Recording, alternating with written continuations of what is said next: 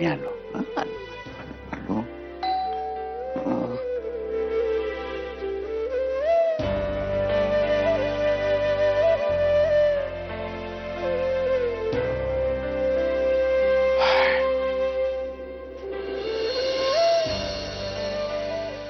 अरे भेंगरा तुम्ही.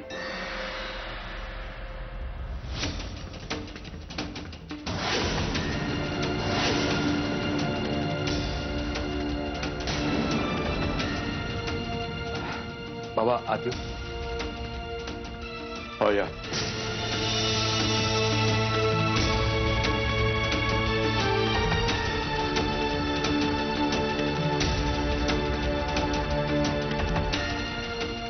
मी घेऊ का शुभ्राला? नाही सॉरी, झोपली आहे आणि तसं तर तिला तर तिच्या आईकडे न्यायची वेळ झालेली आहे. अदवे तुम्ही इथं का आलात? सरनाईक साहेब, जे झालं ते खूपच दुर्दैवी होतं. एक मिनिट शालिनी ताई, म्हणजे काय म्हणाल? दुर्दैवी? ओ ओ ओ ओ ओ अच्छा अच्छा अच्छा, म्हणजे मंजिरी तुमचं घर सोडून इथं आली त्याबद्दल तुम्ही म्हणताय का? हा, मग तर उलट जे झालं ते सुदैवीच आहे माझ्यासाठी आणि माझ्या मुलीसाठी, असंच म्हणावं लागेल. काय बोलताय तुम्ही सरनाईक साहेब? योग्य तेच बोलतोय. मला तर तुमच्या मुलाची काय लायकी आहे ते फार पूर्वीच कळलं होतं, पण माझ्या मुलीला ते मला समजावून नीट सांगता येत नव्हतं. पण माझ्या सुदैवानं, माझ्या नशिबानंच ते काम स्वतःच हाती घेतलं. तुमच्या मुलाचे प्रतापच एवढे आहेत ना, ते केव्हा ना केव्हा माझ्या मुलीसमोर आले असतेच ना. चला, पण तिचं सुदैव एवढंच आहे की लग्नाचे वर्ष, 1.5 वर्षामध्येच ती या नरकामधनं बाहेर पडली. आता तिचं आयुष्य कसं सुधारायचं, तिच्या मनातून जुन्या आठवणी कशा पुसून काढायच्या, हे सगळं मी बघेन. तुम्ही या घरामध्ये पाहुणे आहात तेव्हा यापेक्षा जास्त स्पष्ट शब्दामध्ये मी तुम्हाला नाही सांगू शकत.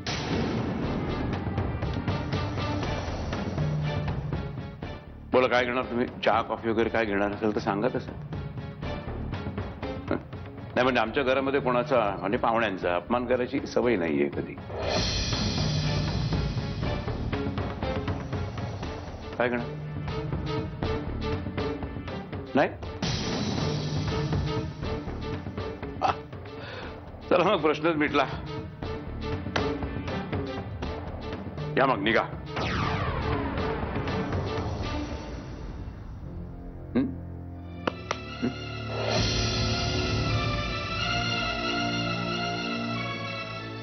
मावशी चल.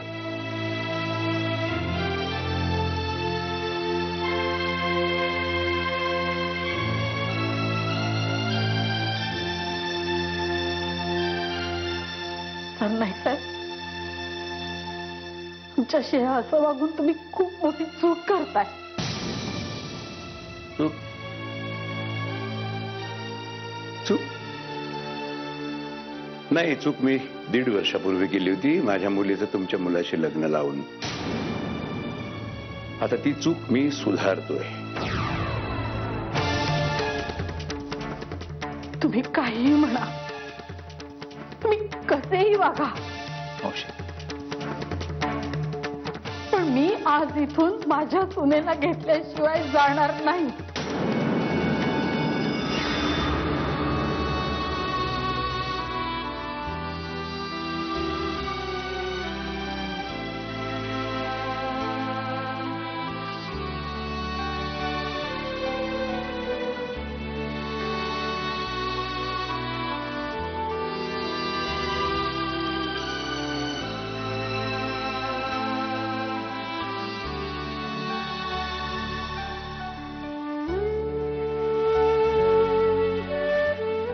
आजी,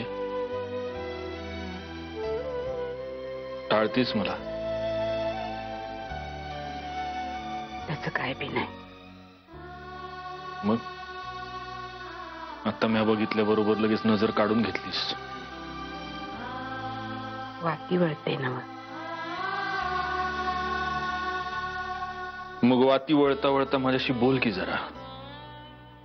हं? बोल आज काहीतरी बोल. कारण हे घर आता खायला उठतंय मला. एकलेपणा नाही सोसत. हवं तर 4 शिव्या घाल, हान मला धरून, पण बोल माझ्याशी काहीतरी, नाहीतर ही शांतता जीव घेईल आता माझा. म्या काय बोलणार? काय पण बोल. चीड रागव टाकून बोल, पण बोल. म्या रागावून काय उपयोग सत्य? माणसाचं चुकलं तर पाठीत दंडुका हाणणारा त्यो आहे, आणि त्यानं आपलं काम चोख केलंय. पण आजी एवढी कठोर शिक्षा? शिक्षा कठोर करायची काय सोपी करायची हे आपण नाही ठरवायचं सत्य. कसं आहे आजी, चोरीची शिक्षा फाशी नसते. मी खून नाही केला कुणाचा. मंजिरीच्या विश्वासाचा केलाच ना.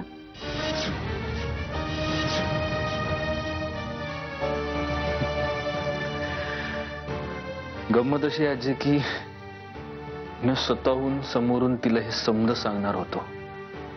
अगं तेवढ्यासाठी तर रात्रभर प्रवास करून आलो इथपर्यंत, पण त्याआधीच तिला समज कळलं.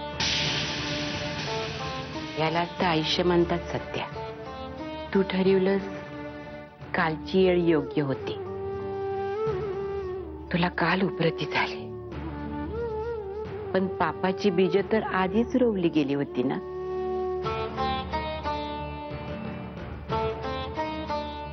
हिशेब चुकता व्हायचाच होता.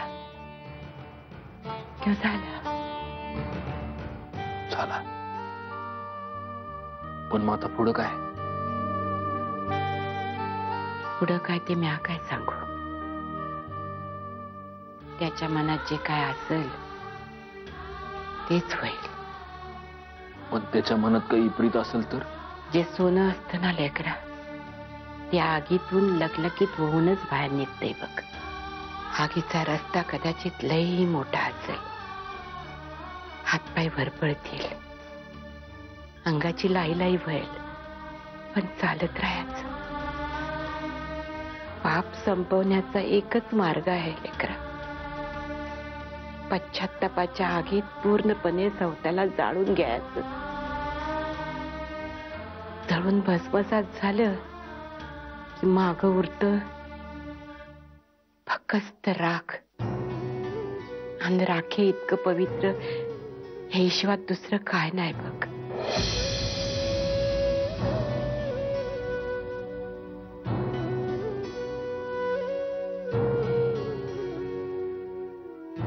स्वतःची राख करून घ्यायला हवी.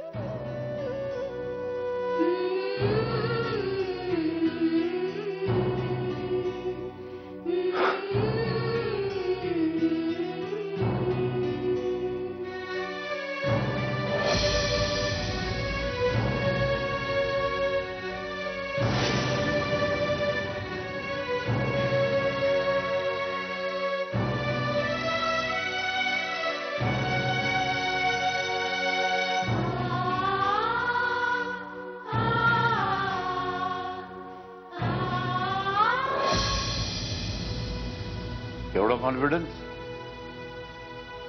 एवढा कॉन्फिडन्स. माझ्याच घरात येऊन माझ्याच विरोधात इतक्या आत्मविश्वासाने बोलताय तुम्ही?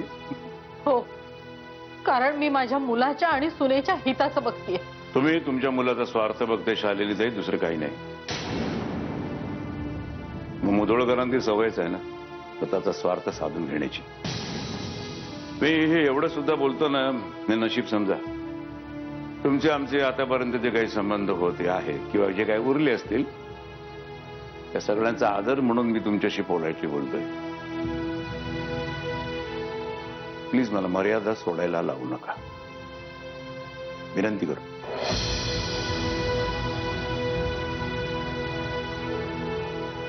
रेंगराव, तुम्ही समजूतदार आहात. तुमच्या मित्राच्या आईला प्लीज समजून घ्या. प्लीज. मावशी चल.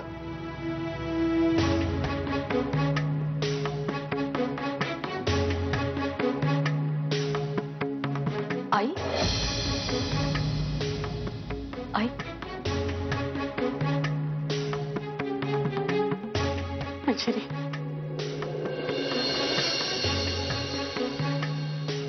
बघितलं नाईक साहेब, अजून सुद्धा मला बघितलं की तुमच्या मुलीच्या तोंडात माझ्यासाठी आई अशीच हाक निघते. कारण त्याचे संस्कार आहेत माझे.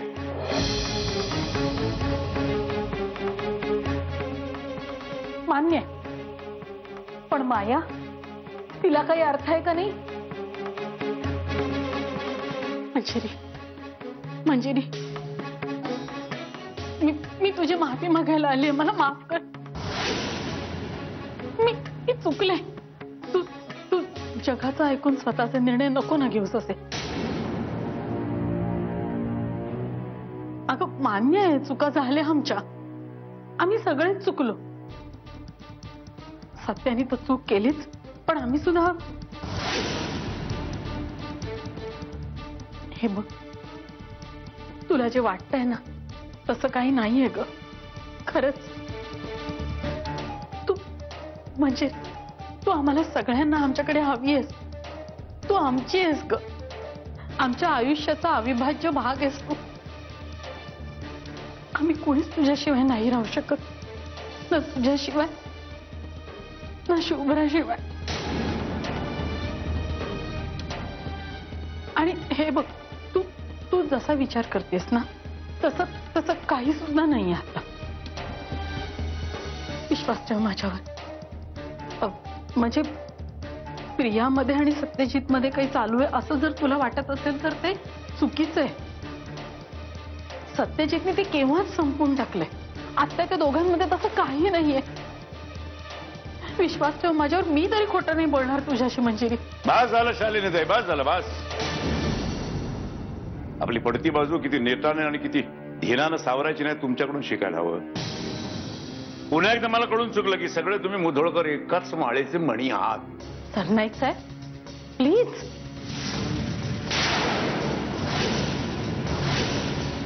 माझ्याच घरात येऊन तुम्ही माझ्यावरती आवाज चढवताय. हा, मी जे काय बोलतो ना त्याच्या पाठीमागे काही कारण आहे.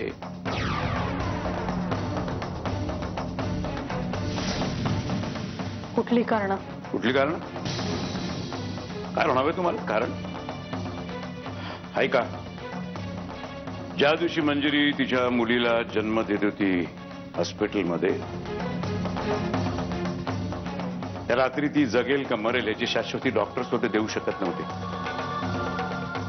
डॉक्टर सतत माझ्याकडे आणि तुमच्याकडे सुद्धा येऊन म्हणत होते ना, बाळाचे वडील कुठे आहेत, पेशंटचे मिस्टर कुठे आहेत, तेव्हा कुठे होता तुमचा मुलगा?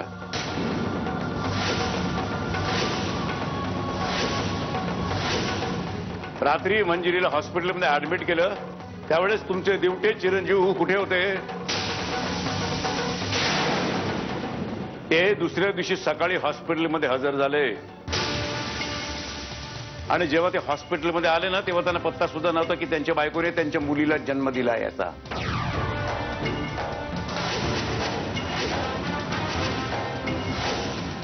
आपल्या आयुष्यातल्या इतक्या महत्वाच्या क्षणी हा माणूस कुठे होता? कुठे होता सांगा ना मला.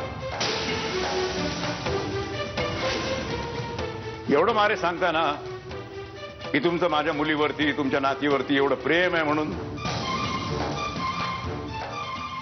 तर मग ठेवा त्या दोघींच्या डोक्यावरती हात आणि सांगा मला तुमचा मुलगा त्या रात्री प्रियाबरोबर नव्हता म्हणून.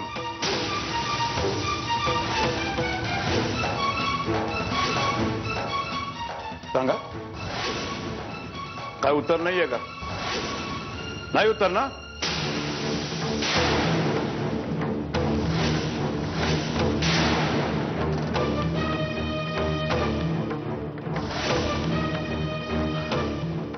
कसं आहे शालिनीताई,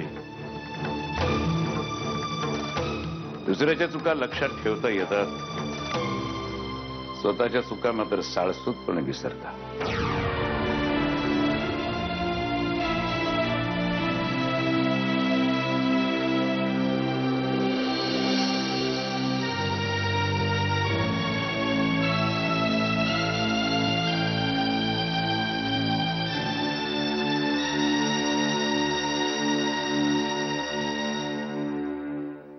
अंजली, मला वाटतं तुला तुझ्या सगळ्या प्रश्नांची उत्तर आता मिळाली असतील. तुला पिलू झोपली आहे, तिला आत घेऊन जा.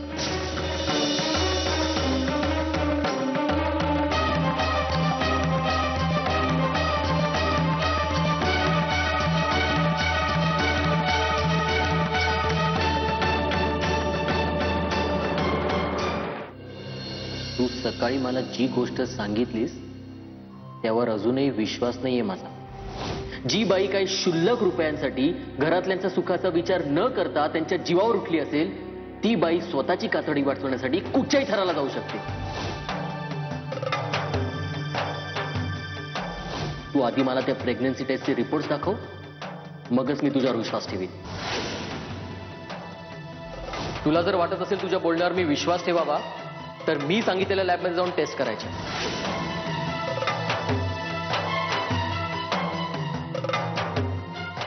नेत्रा, कशी आहेस आता?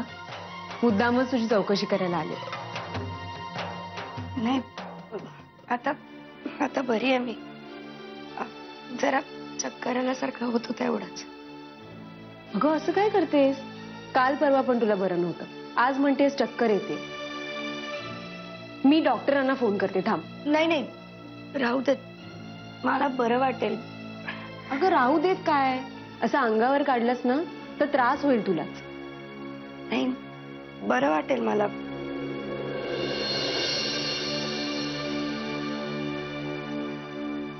मी आलेच.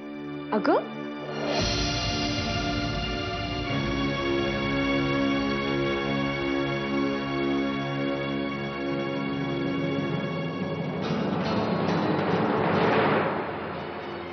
काय ग, बरं वाटतंय ना? हो, थोडं मळमळल्यासारखं पण होत. नेत्रा, काही गुड न्यूज आहे का?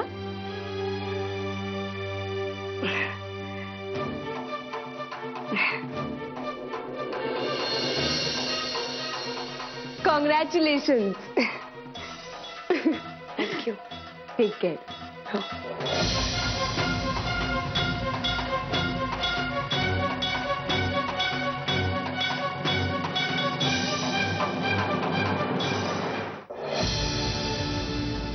बोल शिवराज, बाकी कसं चाललंय इंदूरचं काम?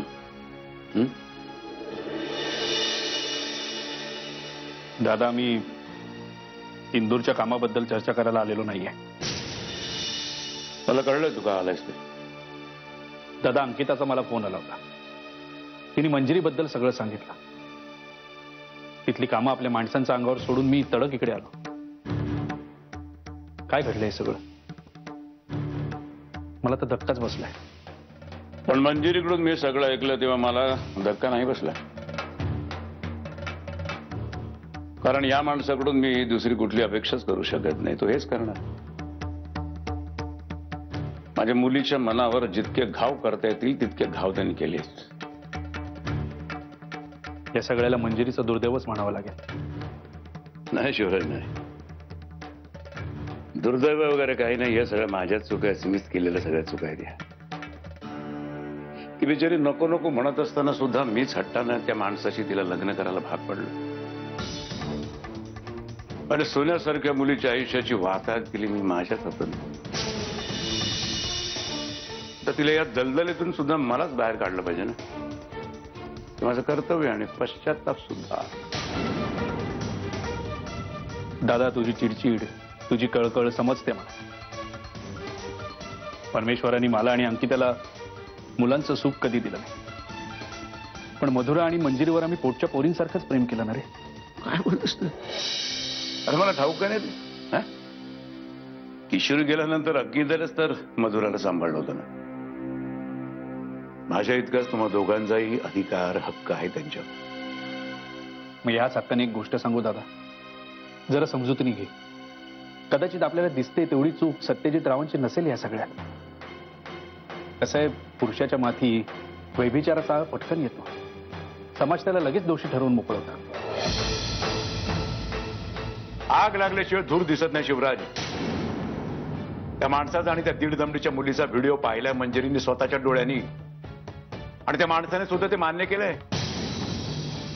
नाही ना, ते घाणेरडे आरोप केले माझ्या मुलीवरती आता परत, आणि आता स्वतः चिखलाने बरबटल्याने निघाला येतो. आणि तू मला समजुतीच्या गोष्टी सांगतोस. शिवराज, तू हे समजुतीचं एकदा बोललास की गप्प राहील, पण यापुढे असं माझ्यासमोर कधीच बोलू नको. हं? लक्षात ठेव. सॉरी दादा.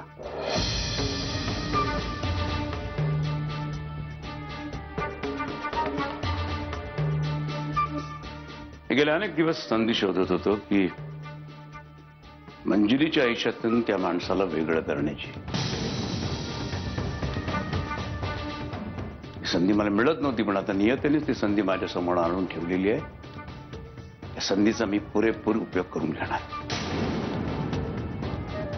तू म्हणतोस तसं या सत्यजित मुधोळकरची या प्रकरणामध्ये चूक असेल व नसेल, पण त्याच्याशी मला काही घेणं देणं नाहीये. मी फक्त एवढंच बघणार आहे की माझ्या मुलीच्या नावापुढून त्या माणसाचं नाव कायमचं नाहीसं करण्याचं. बस.